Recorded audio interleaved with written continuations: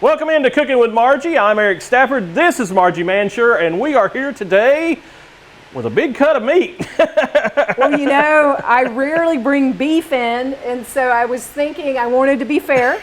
So we're gonna cook up a Mexican style beef today. Oh, okay, and it's a big cut of meat. This is the kind of meat that we're gonna use for braising. That's a technique I've not shown before, but it's really great for these cuts of meat that otherwise might not be very tender. Oh, okay. So Mexican, of course, we can use this whenever we finish up. We'll be able to use it for tacos, enchiladas, quesadillas. You name it. we can use it, all things Mexican. Yeah. So that'll be fun, right? Yeah, it'll be great. Okay, so what I'm going to do is first I'm going to start out with my rub. I guess you would call it. It's a spice rub. And so I've already mixed this up. So I'm going to just put some on here and just kind of pat it in there. Yeah. And so you can kind of see I've got all of my spices here that I used. So quite a variety. Quite a variety. Mm-hmm. So I've got some chipotle powder. Ooh. So that's going to add a little bit of spice to it. Yeah.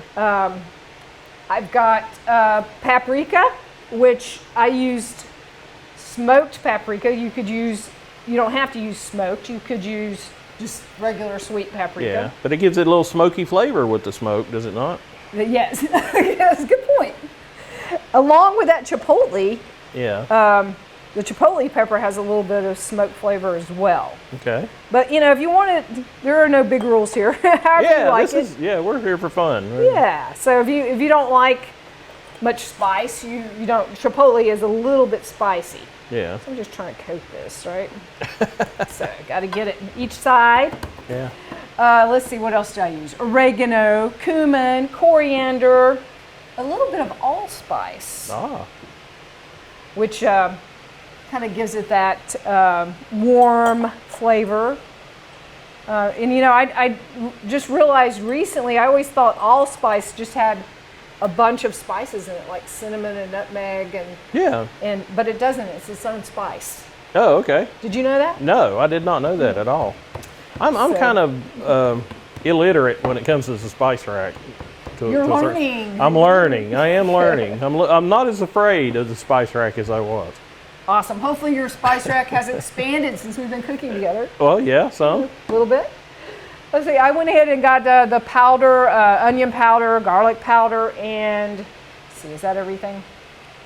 So pretty much your array of Mexican spices. Yeah. We have here. Yeah.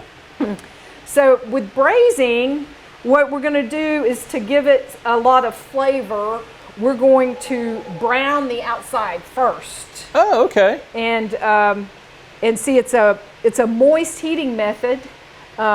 So after we brown it, we're going to add some moisture to the pan and then cook it very slowly. Okay. So I've got my pan here over high heat. Now I'm hoping that the fire alarm will not go off. Which is always a danger when I'm cooking. But well, when you're browning something, we call that the dinner bell at my house. The dinner bell. That's when you know dinner's ready, when you hear the fire alarm. So you hear it sizzle a little bit. Yeah.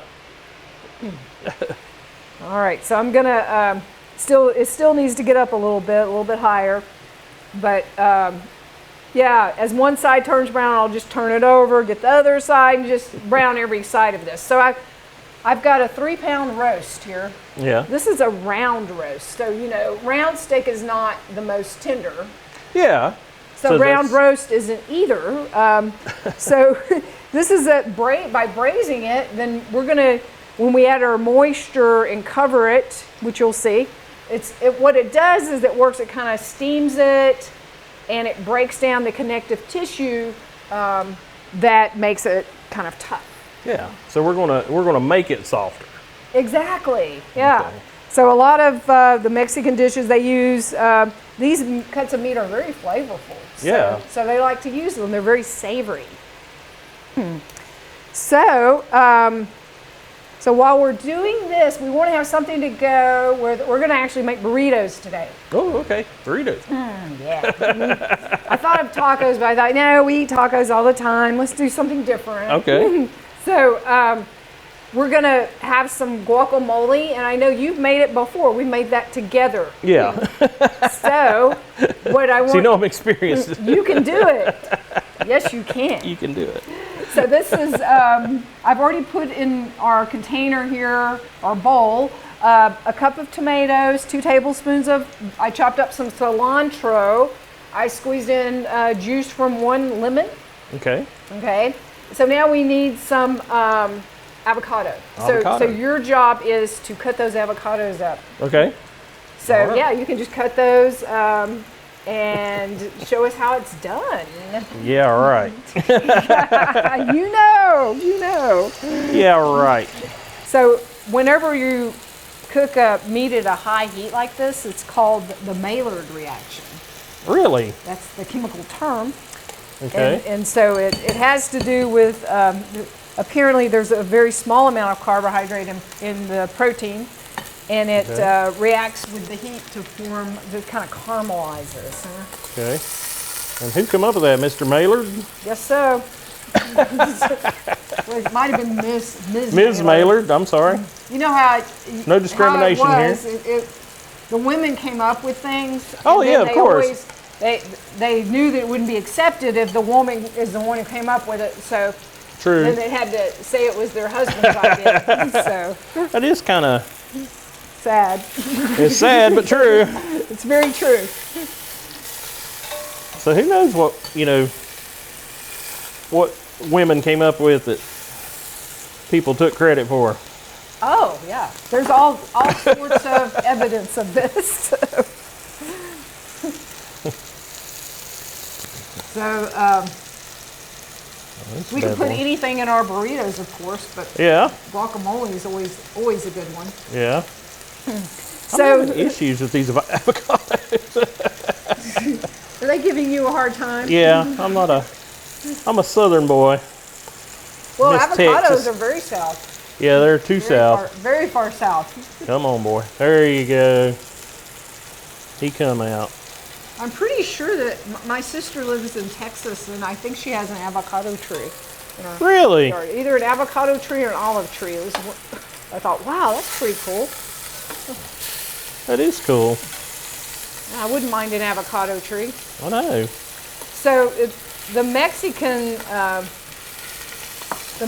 food has all sorts of influences. Certainly, meat didn't really come into play until the native people, like the Aztecs, were conquered by the Spaniards. And Man, that smells good. it does, doesn't it? It hasn't set off the alarm yet, so I'm hopeful. Just got a little ways to go. But then the Spaniards brought over the meats more. Oh, okay. And so that's when you got more meats and dairy in Mexican food. Before that, it was corn tortillas, beans, squash, things like that they had access to. Oh, look at that! Yeah. So I've got. If you notice my pan, I've got a lot of blackness in here. You got a lot of But meat goodness. yeah, so that's going to add a lot of flavor. So that's part of this method. It's what makes it work. Okay, so I'm going to go and I'm going to turn this down a little bit. Okay. I think I'm going to add a little bit. Oh, that looks good. Well, no, there's quite a bit of oil there, so that's good. I'm going to add, I've got 1 onion that I've chopped up. 1 onion. Throw that in there. So that kind of scrapes off some of that. Just putting that onion in. Yeah. You don't want to have to wash it off, right? Yeah. You don't want that. Now I've got some garlic, and I'm thinking I've got a couple of cloves, 2 cloves of garlic here. Okay. And all that's just gonna eat up that good meat flavor in there. Mm-hmm. Now the best way to clean your pots if you get all of this sticking on the bottom, like we did with that high heat, is with an acid. Really? Yes. So if you ever really have a problem at home, you can just get some cheap vinegar. Oh. Get your pot really hot and pour some vinegar in it. Oh, okay. Good to know. For our purposes, I'm going to use some lime juice. So I've got a tablespoon of lime juice. You can't get much more vinegar than that, right? Yeah. Acidic. And yes, acidic. Thank you. They're very acidic. 3 ounces of orange juice. Yeah. And that's really coming up. Yep. It's coming up. That's going to save our pot and give us a lot of flavor.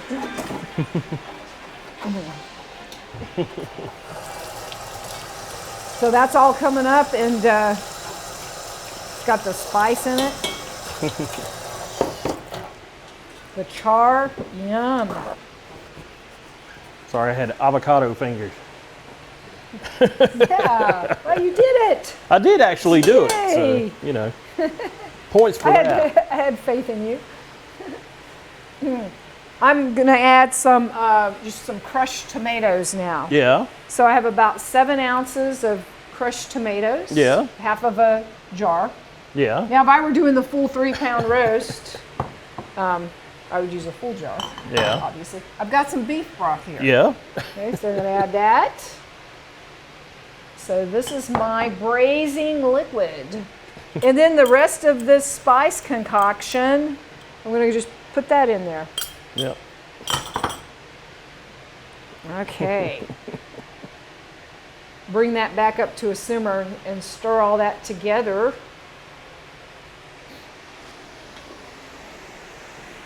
Boy, you can really smell that beef in here, I can't know you? you can. Since we didn't have a fan over this, so I'm just happy that the alarm didn't go off. Yeah, so that's really good. I mean, sometimes when you cook bacon at home, it can't get out quick enough. Sometimes, That's you very you true. can have the fan going like crazy, and it'll there you still do go. that. Yeah. Wake up the neighbors. Well, I try not to do it in the morning. I mean, I guess with bacon you do, but Yep.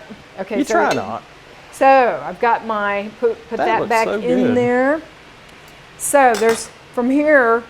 We're going to bring that back up to a simmer. We could put it in the oven at between 275 and 325 for braising. Okay. So I'm just going to go with 325 today. Okay. And then we'll let it cook for a couple of hours. Okay. And then it should be really, really tender. So just depends on what kind of meat you have. Some meat has more connective tissue than others as to how long you would braise it. So, you could check it and see after a while. But, you're going to want to at least braise it for a couple hours. Okay. Or you could put it in a crock pot. So that's a simple thing, right? So that's more my kind of thing. I'm a little lazy. So you could do this the night, let's say you were headed out the door. Yeah. You're back to working at the office, headed out the door in the morning. You could do this the night before and just kind of heat it up, get it to a good temperature, put it in your crock pot, and then when you're put it on low, and then when you get home, it's going to be really just falling apart. Oh, okay. The good stuff. Yes. So that's easy enough. All right, so that's coming back up to a simmer. Okay. So we're gonna gotta have a nice lid so that steam won't escape, right? That's right. And voila. Wow, there's another pan in here. Yeah. It's amazing. Do we need a pan thing? Or? Oh, a pot lifter? Yeah, probably. A divot? That would be good. Is there one there? Yes. All right. Thank you. Yeah. Don't want to burn the counter. Oh, my goodness. There it is. Well, there it is. Wow. We'll get this one in Okay. for the next couple hours. All right.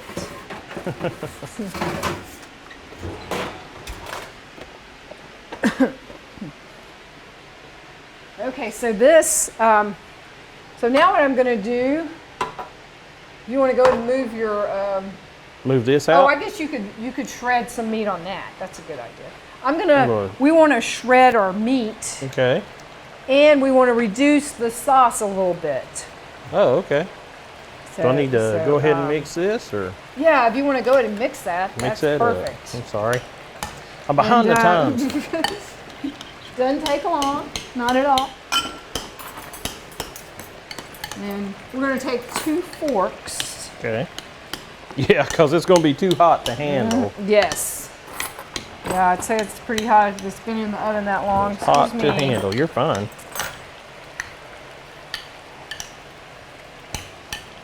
Am I supposed to be trying to mash this more than this, or? However you like it. Oh, okay. I mean, I kind of like mine chunky, but some people Okay. like to mash theirs, so no rules I guess on you'd that. use a potato masher or something if you really wanted to. Yeah, that's true. If you could really do wanted to that. go to it, that should be good enough for that.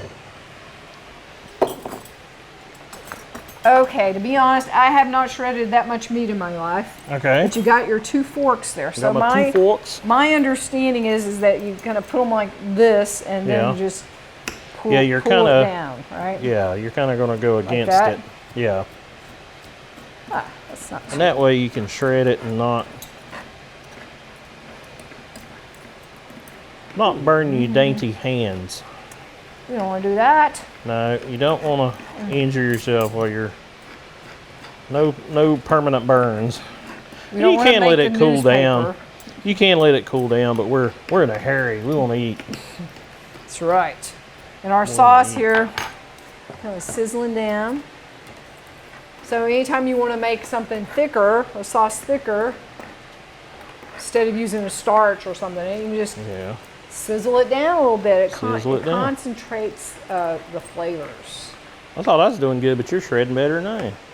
You're a better shredder. Better shredder? A better shredder. Well, this is new to me. Very similar to your pork roast and doing pulled pork. Yes. Yeah, you could do this with pork, Oh yeah. definitely. And one thing I realized when I was at the store, now you could get this. I know there are definitely some cattlemen around, so we could get this locally. Oh yeah. Which I think the local prices on beef are very similar to the ones in the store, actually. But either way, it's not cheap. It's not cheap, but if you buy the whole cow, like my dad's called me and said, "You want to go in half on a cow?" Wow. You Yeah. gotta have a freezer, but You got to have a freezer, but probably pays for itself. yeah. Yeah. You want to go in half on a cow? You ever hear that conversation? No, I never had. Never had a half a cow. I was like, why? Well, if you did that, you would need to know this braising method because No doubt. there are a lot of cuts of meat on the cow. I mean, you wouldn't have to do Mexican. You could do this in any kind of flavored liquid. Oh yeah. You know, just the same procedure where you brown it. You could have any. Let's say you wanted an Italian braised piece of meat flavor, and you could use Italian seasoning. You know, do the same thing. Put the rub on it. You could deglaze it with a white or red wine. That would be really Yeah. good instead of the orange juice. That because the wine's an acid. Or you could do some other kind of vinegar, and then use a beef broth again, and then again just put it in the oven or the microwave. So, but yeah, a lot of people just go to we're spoiled. We just go to the store and get the tender cuts. Yeah, that's true. But these cuts do have a lot of flavor. It's like that's what I was going to say is they do have more flavor to them, and it's just You learn new flavors, learn new things. Sure. So I actually did this with venison Oh, okay. the first time I made this. Because remember when we did the deer in the fall, I still had some of the roast in my freezer. There you go. And it works really well because sometimes the meat might have a slight gamey flavor. And all this spice, you're not going to taste it at all. Yeah. Plus it made it really tender. I like, already got pulling muscle thing going on here. I'm like, it's like stirring brownies. Stirring brownies. Yeah, you get worn out. You get worn out. And you got to stop and eat some. Because I just did a pork roast yesterday, a huge pork roast, and so my pulling muscles have atrophied in one day. Think of what the muscles you're developing. I know, right? You're pulling muscles. I could crush a bowling ball with the grip I've got on this. We'll have to see that. I feel that way anyway. So, well, you're doing a finer job than me. Mine's kind of a rough pull here. Oh, that's all right. But it all mixed together. Yeah. Yeah, I'm looking forward to that burrito. I know, right? So yeah, we could saute up some other vegetables and top our burritos. You know, a lot of times I like to do the onions and the bell pepper. We could make some pico if we wanted. Oh yeah. You don't really. We always want pico. You don't want anything with too much more spice though. Yeah. Because this sauce is very flavorful. So. All right, just about got mine. I'm getting there. The old man's getting there. All right.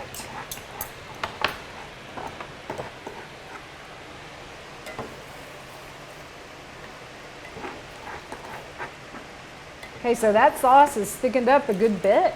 Ooh, it has. I think that'll be really nice for this amount of meat. Yeah.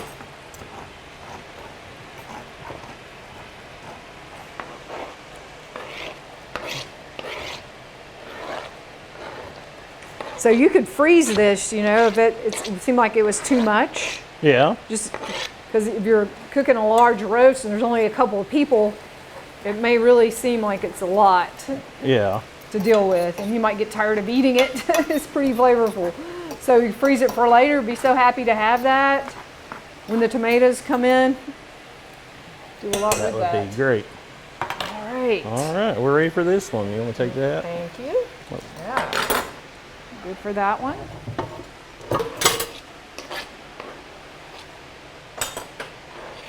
So this is only 1.5 pounds that we've cooked, and we're doing the other 1.5 pounds of that roast right now. We put it in there, okay. So it's only 1.5 pounds. So it looks like, well, make quite a few burritos.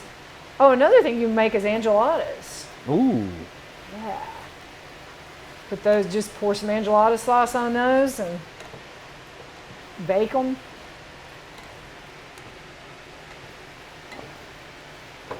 All right. So you want to make up our burrito. Okay. Just let that simmer for a second. That's just the perfect amount of sauce, I think. I think so too.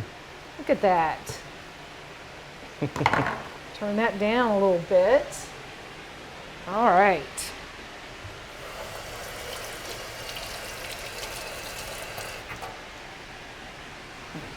Gonna make you a burrito, Eric. I know. I'm always good about that. You ain't got to really tell me twice. I'm glad that we can, that you can try things now, not wear your mask since you're vaccinated. We're both fully vaccinated. We are both fully vaccinated. So we're in a good space. This is now great. these are looking a little green. Well, I thought it'd be fun to add the green color. Okay. It's just a spinach burrito. Oh, okay. Spinach burrito. But they don't really have a spinach flavor. They have very Oh, okay. little spinach in them. Okay. Okay. So how do you let's do see, this? we're Where are we gonna- starting? We'll go ahead and put our. I'm asking the Tex-Mex lady because she's the one with the experience. Well, Lord. I She's ate going- a lot she's of going Mexican whole food hog. in Texas, but mostly made by other people, honestly. But that's where you Lots learned a of- lot. Yes. Probably. Lots of Mexican restaurants in Texas. Okay, so we're just going to put that down the middle. Okay. You want to put a little cheese on there, probably. Okay. Cheese first. Cheese first, so then that can kind of melt with that heat, right? I Yeah. like lots of cheese. And now if you want to put your guac on there. Okay. Are you going to show us some good burrito wrapping skills? Or Well, we'll see how that goes. But you want me to do it? yeah. So the one side over. One side over? And then, nope. You got to do this side next. This side in? Like that. Yep. Wow. Like that. See, this is why I don't know And then this. you roll it. And then roll this, the whole thing? Yes. Over. Or over. Right. The whole thing over. Like There that. you go. Oh, wow. Okay. Never knew. Got it. Never knew. Wow, look at that. And it is hot. Oh, I bet that is hot. Hopefully it cools off a little bit with the guacamole and the cheese It added. will. I'm gonna go get a better bite than that. Yeah, you gotta get enough so you can tell Mm-hmm. what you think about that flavor profile. It's so good. That all mixes together so well. Awesome. So yeah, this is just 1.5 pounds. So like I said, we had 3 pounds. That would be a lot. So I'd be gaining 3 pounds. you could have a party, or you could freeze it. Either one, and have it ready for whatever you want to use it for later. Oh yeah, it's great stuff. Great stuff. Try this one. It's good. Yeah. Well, thanks so much for helping me with this. I look forward to trying your guacamole on Okay. this, and yeah, what flavors. Thanks for lunch. And I hope you try the recipe. Thanks for joining us.